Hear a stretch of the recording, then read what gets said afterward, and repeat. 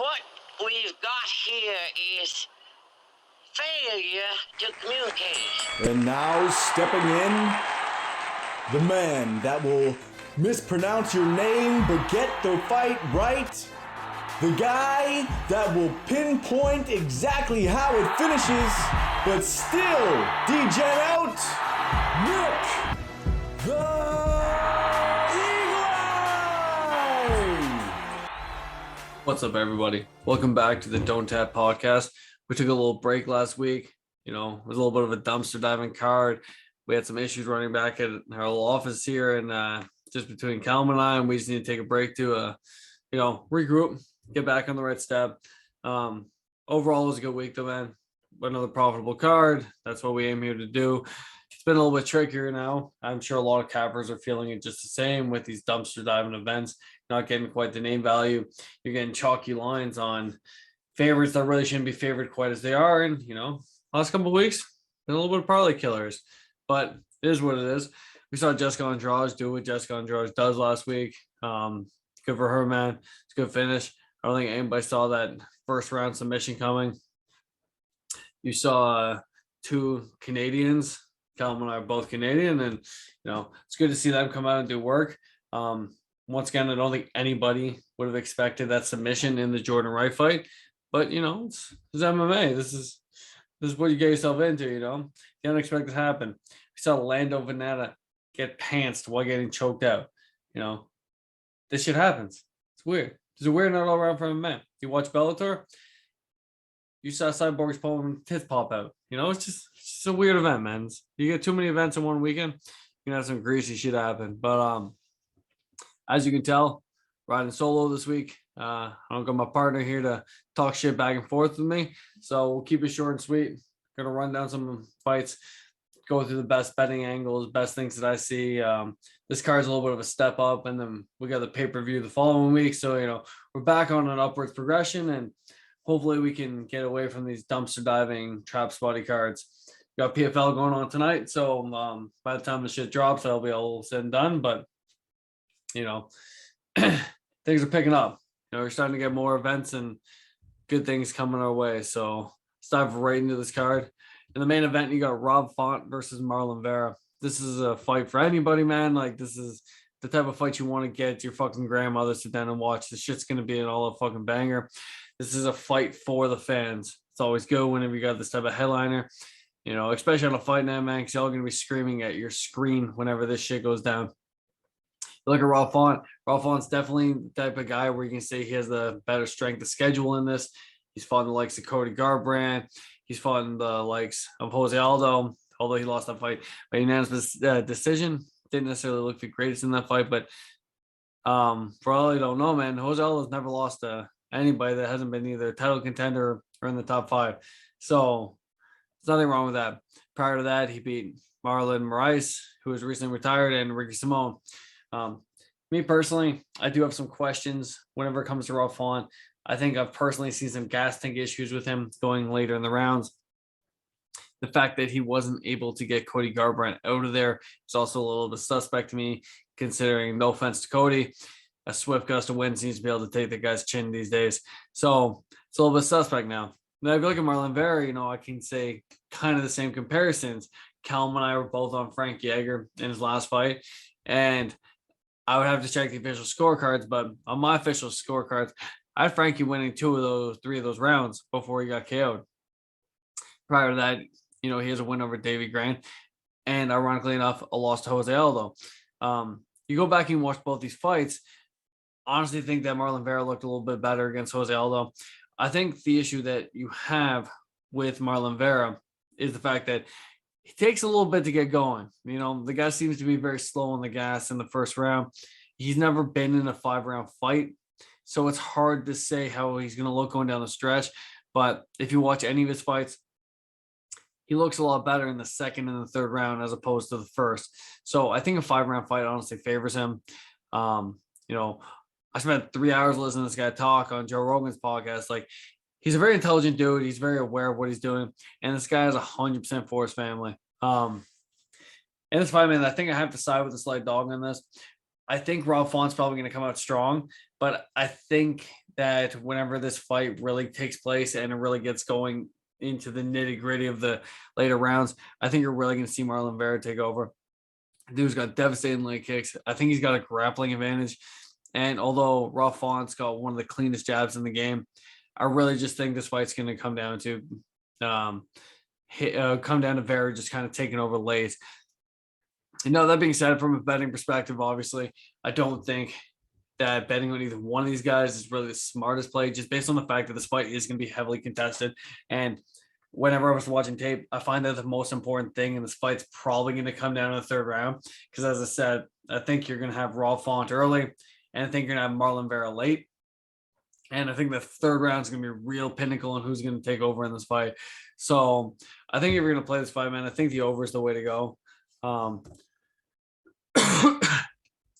You know, you can play the fight goes the distance, I think is a fair bet. But I think staying away from the money line on this one's probably just your best case scenario, just based on the fact that I said it's going to be a very close competitive fight. So I wouldn't put too much stock in who you're going to think. Go home again, plus 110 on Marlon Vera. It's not the greatest bet in the world. So if you look at the over right now, over 1.5 is sitting at minus 600, obviously a greasy, chalky play. But I think the over 3.5 is a perfect parlay piece. Sitting at minus 225, fits in well there. And I think that's probably the way it's going to go. Fight goes the distance, minus 163. I don't foresee a finish in this fight.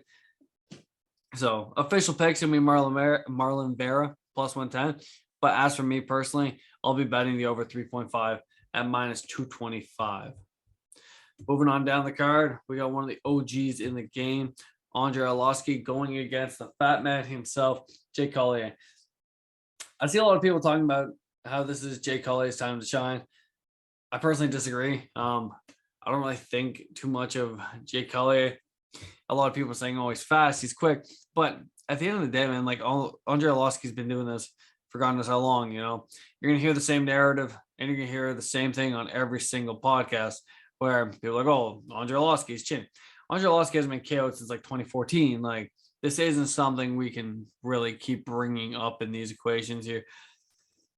Jake Collier, although he's going to have a slight reach advantage, which was a little bit of a surprise to me because he kind of looks like just a real short, fat man, and Arlovski looks kind of tall and jacked. But nonetheless, Jake Collier is really going to have to pressure him, close the distance, land strikes. And I just think at the end of the day, Andre Arlovski's going to be able to ride out a decision. I think he's got the better fight IQ. I don't think this fight hits the ground. And I just think from a judging perspective, Andre is really good at staying on his bicycle, landing his punches and his kicks. Guy hasn't KO'd anybody in almost 10 years. Like, I think his last KO was Travis Brown. So he's not going in there trying to get people out of there anymore. He's going in there and doing what he has to do. He's 40 plus years old, not trying to get his clock clean no more. So for me, it's Andre all day. Andre by decision. Sitting at plus 137 right now. It's a good play. The fight goes the distance is sitting at a minus 188, which is also, in my opinion, a good parlay piece. Jake Collier really isn't the type of guy that's going to be the next one to KO Andre. You know, he's been in there with much better power punchers in the last couple of years. So I think when you look at this fight, if you're kind of looking at it going, I don't really know what side to play, I think fight goes the distance. You're honestly, it's not a juice line. They're heavyweights, so there is some sort of variables there, but I really don't see a finish coming from either one of these guys. So, but for official podcast pick, I'm going with Andre Arlovski.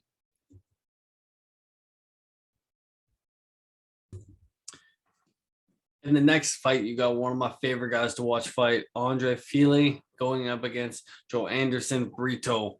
Let's give a shout out for all you who don't know me personally. I'm a big fan of hardcore music and heavy music. Andre Fili plays in a band called Born Breach.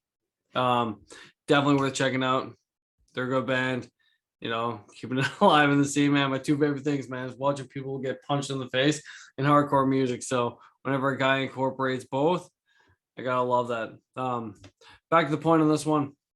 So Andre Fili in his last fight, man, the guy was looking the best we've ever seen. His boxing was on point, kicks, punches. The guy's really putting together what we've really wanted to see out of this guy for a lot of years. Unfortunately, the fight was ended up in a no contest. due to the fact that there was an eye poke in the second round because it wasn't past that point. It ended up going to, or it just ended up being a no contest. Sorry, it never ended up going to the judges. But the guy's really coming around, man. The guy trains the team Alpha Male, one of the best guys there. So, he's definitely got to look out for. And if you don't want to say, man, like the guy, whenever he fought Bryce Mitchell, he was looking a lot better than Edson Barbosa looked against Bryce Mitchell. And that's just a lot, man. Edson Barbosa is one of the cleanest strikers that we've ever seen fight in MMA. So Andre Fili has a lot going for him. In retrospect, you got Joe Anderson Brito. The guy was fresh out of the Contender Series. His last fight, he really kind of failed to get the job done. And the reason why is, man, the guy he goes so balls to the wall right out the gate. Jonathan Brito wants to come in and take your head off. And unfortunately, if he can't do it, then he kind of is left there with a poor gas tank. We saw that in the Bill Algeo fight. The first round, he dominated the whole round, but he was huffing and puffing by the time he got back in this one. And that's just not something you want to put your money on when it comes down from a betting perspective, With Andre Fili, the guy's been in there 3-round wars. He's taking punches from some of the best guys in the division, and he's never gone down. So I got Andre Fili in the spot. I feel like he probably rides that to a decision. But y'all know me, man. I like to bet some crazy shit. And if you do not bet Joe Anderson Brito by first round KO at plus 2,200, you're missing out. That's a dumb line for this guy's only win condition. So, but to me, Andre Fili, man, top ticket, parlay material. The guy's boxing is just so on point. His wrestling's good, man. The guy's a complete package when it comes to MMA.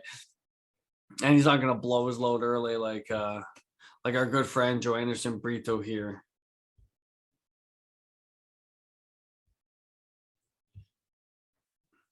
The next fight, we got Grant Dawson going up against Jared Gooden. Now, I'll be real, man. Jared Gooden ain't good. Like, he is not somebody that I would generally bet on. But stylistically, I feel like this is kind of a bad matchup for Grant Dawson. Grant Dawson's the type of guy that's going to come out, he's going to put you on your back, and he's going to make you work the whole time. But Jared Gooden is a grindy wrestler with a black belt. They say style makes fights. This ain't the type of fight where it makes a style. Like, there's nothing going on here. You're going to have two guys with a relatively similar game plan. Problem is, we've seen Grant Dawson grass out in the past. Whenever guys really put that heavy wrestling pressure on him. I think Grant Dawson is definitely going to be the one to be the minute winner in the beginning here. But it's how he looks out of the first round, because the first round is going to be grindy. Like, there's going to be a lot of cage work. There's both going to be going for takedowns. And even once he gets Gooden down, what's he going to do? Gooden's going to be the one that's going to be trying to press for the submission. So I think if you play this fight, man, I think the best way to go about it is to play the over. It's hard to pick a side. Like, to me, I think Grant Dawson is definitely the side. The guy's 17-1, has looked impressive, but it's definitely a little bit dicier than you want it to be. Right now, the over is sitting at minus 400, so they're seeing the exact same shit I'm seeing. Fight goes the distance, minus 188. I think that's probably your play in this one, man. From an official pick, I'm going to go with Grant Dawson. I think the guy's got the higher ceiling. I think he's the better wrestler, and I think he's the better fighter all around. But, after his last fight, man, it makes me very hesitant on where he's going to be at, because he's going to have to real work it, and it's taking this fight on short notice. What's his cardio going to look like? It's definitely dicier than you want it to be. So, to me, official play, fight goes the distance. As for an official pick for the podcast, I'm going to go with Grant Dawson. Moving on down the card, we have Darren the Damage Elkins going on against my boy Tristan Conley, the Canadian. I see a lot of money coming in on Darren Elkins. I see a lot of people still backing this guy. Darren Elkins needs to retire, man. That Cub Swanson fight was bad.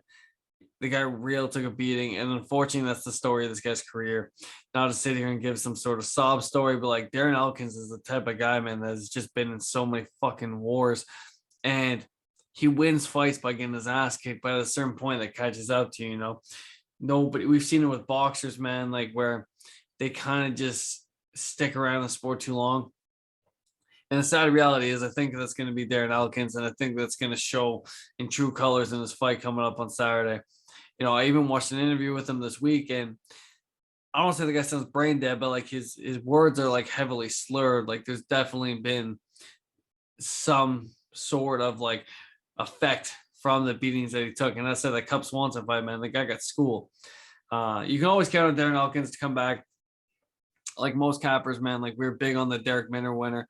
Like we knew that he was going to come back, and Derek Minner is a one round type of fighter. So we're fairly confident on that. Now you look at Tristan Conley, man. Tristan Conley hasn't fought in a little while.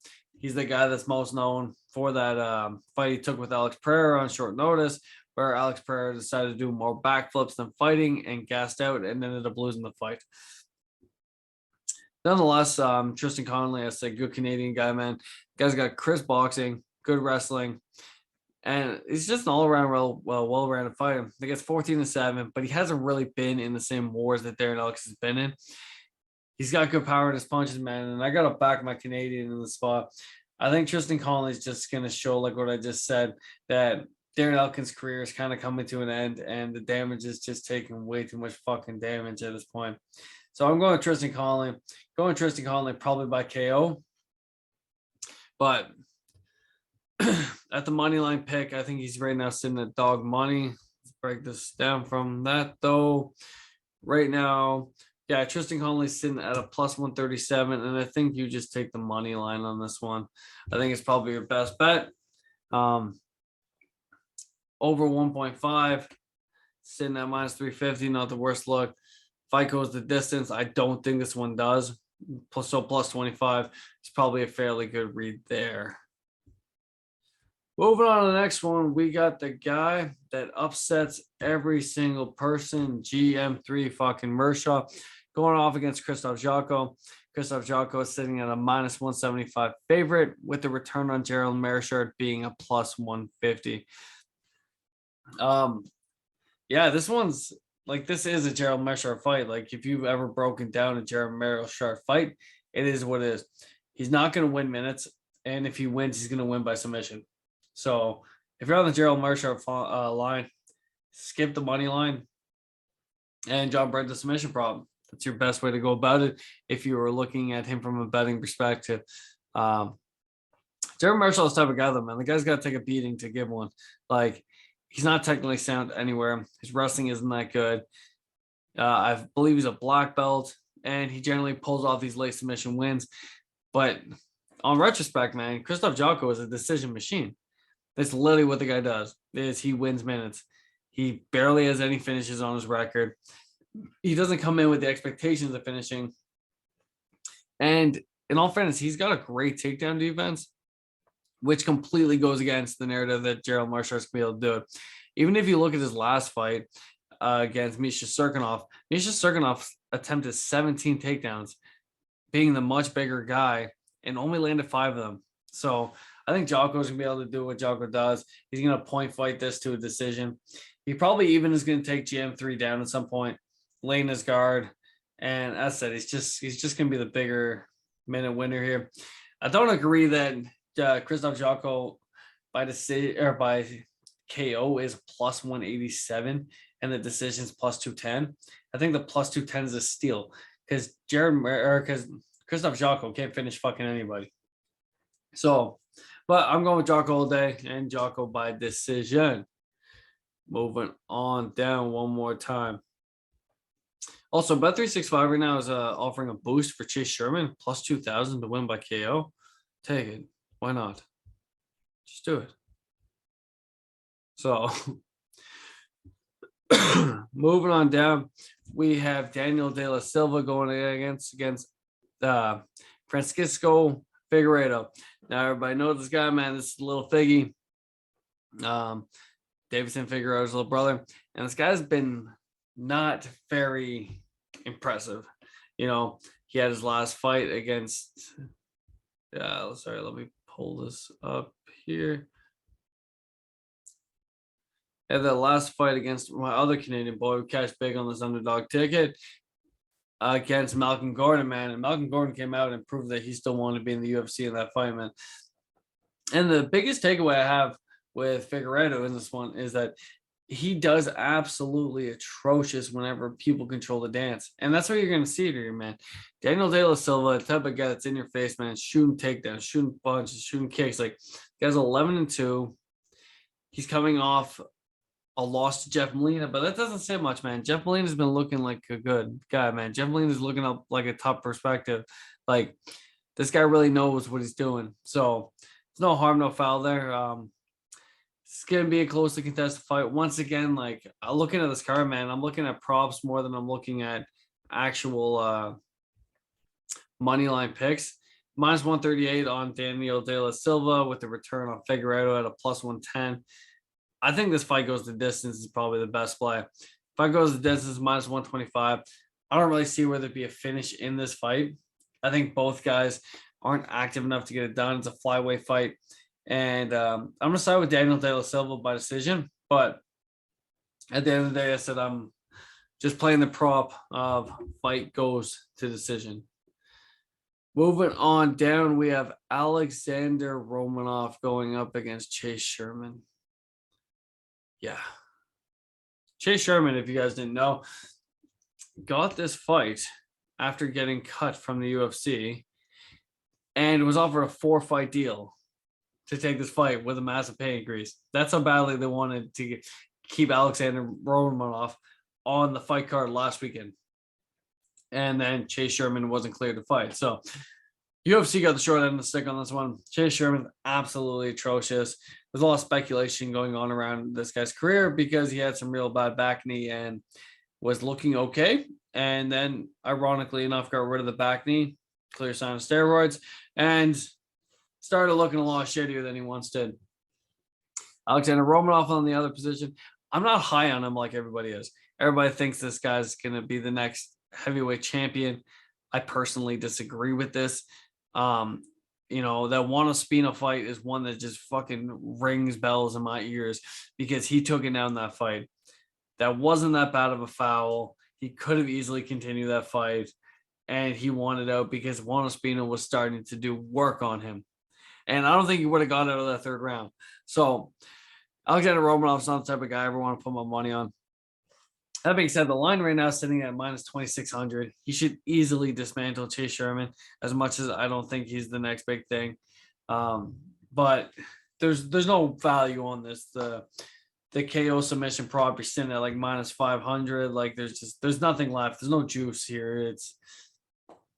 So Alexander Romanov's the biggest favorite the UFC has ever had on a card. So that tells you a lot about what people expect to happen here. And at the end of the day, I think that Chase Sherman is going to get mauled. That being said, that doesn't mean I'm not going to put $10 on Chase Sherman because why the fuck not? At these stupid odds, it's heavyweight MMA and it's low level at that. So we've seen weirder shit happen. So, but official pick, Alexander Romanov, probably first round submission is probably the way to go. What do we got next here? Next, you got another Canadian and Johan Lanines going up against Gabe Green. Now, Gabe Green's an interesting one. You know, he's been talking about the heart condition that he had and the heart surgery he had. It's a little suspect, you know. It kind of puts a weird taste in your mouth on what's going to happen here. But at the end of the day, I think this fight's relatively simple. Like, Gabe Green's probably going to be the minute winner here. I think he's got the better wrestling and the more technical striking whenever it comes to Johan Lanines. Man, this guy doesn't know what the fuck a jab is. I don't box, man. I don't know what the fuck a jab is either. But, like, he's just incapable of setting up his punches. You know, the guy goes in, man, he throws hooks followed by takedowns. If that gives you any sort of idea of what his game plan is. Like, this guy's coming in to clean your fucking clock, and that is his direction. Where Gabe Green's a lot more calm, composed. He had the fight with Daniel Rodriguez, D-Rod there. Didn't look bad. Like, you know, the guy came in short notice. Daniel Rodriguez, top 10 guy. He looked really good. People thought he'd get smoked. I had the first round KO for Daniel Rodriguez in that fight. So, needless to say, here in my respect there. But at the end of the day, if you're betting this one, I think Gabe Green's the side here for sure. But I think Johan is super live, and I think the first round KO is probably the only place I'll get to with my money there, just because this is too low level for me at this point. But official podcast play, I'm going with Gabe Green.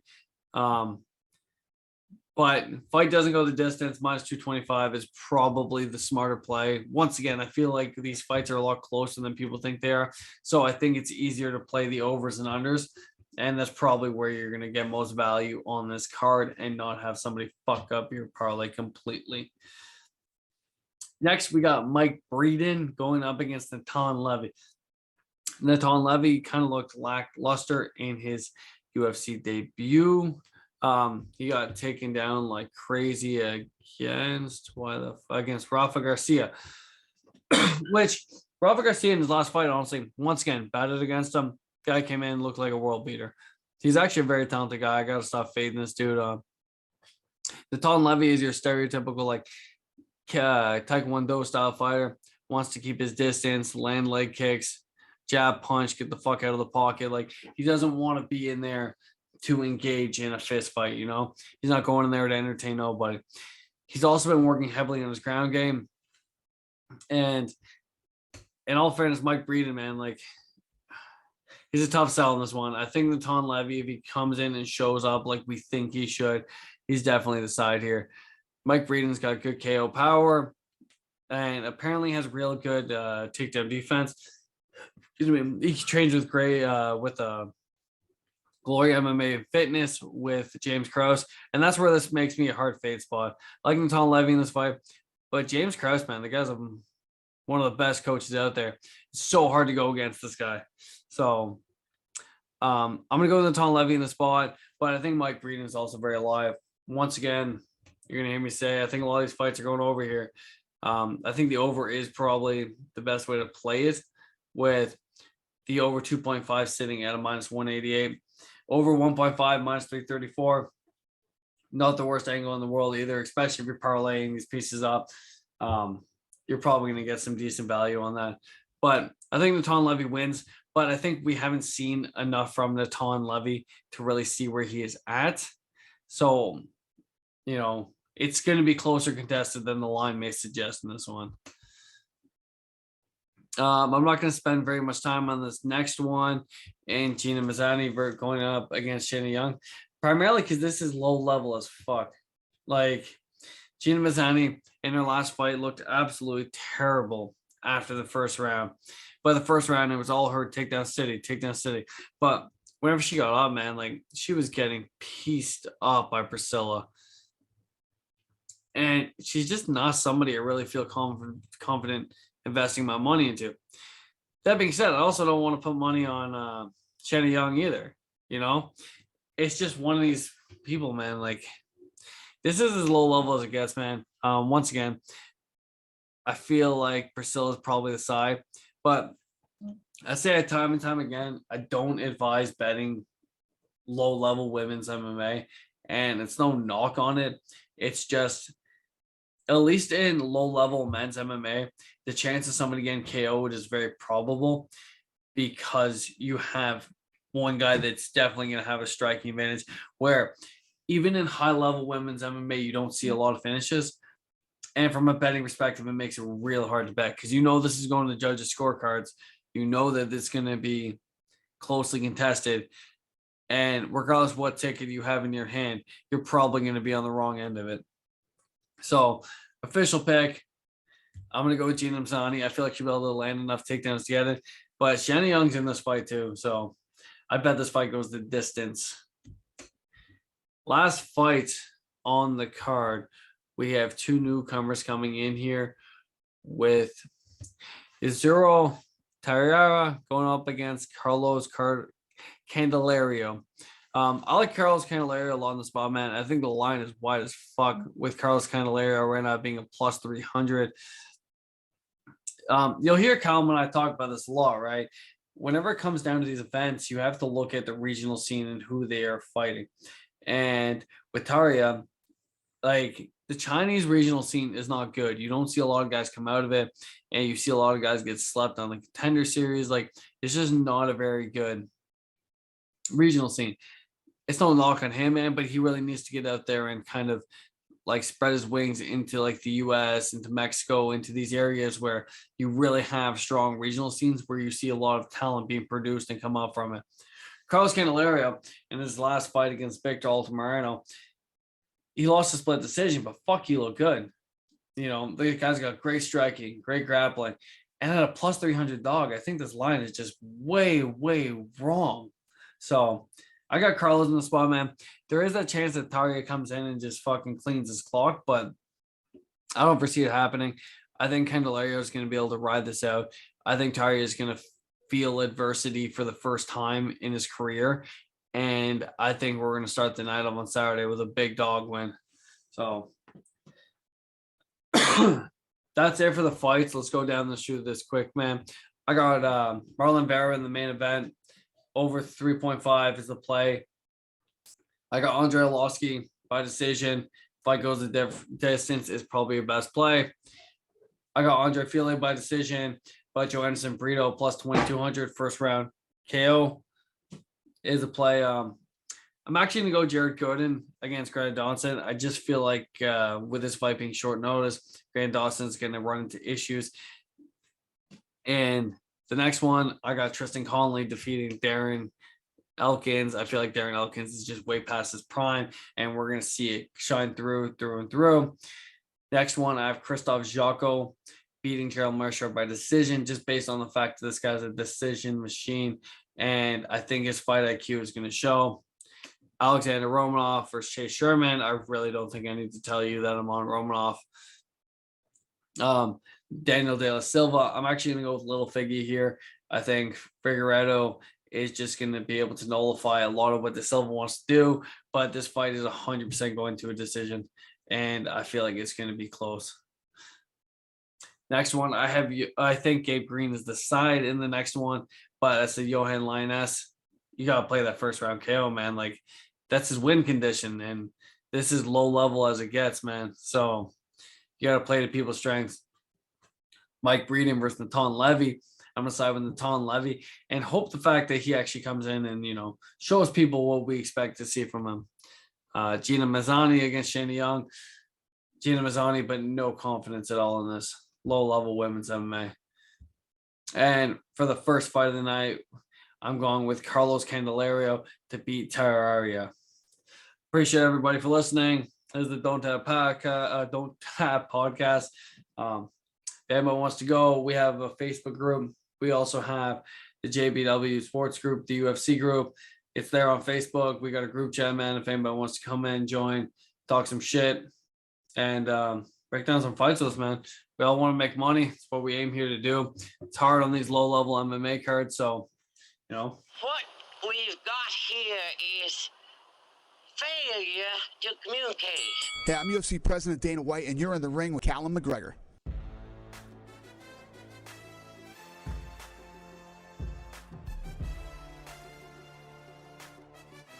They're staring at me. See it?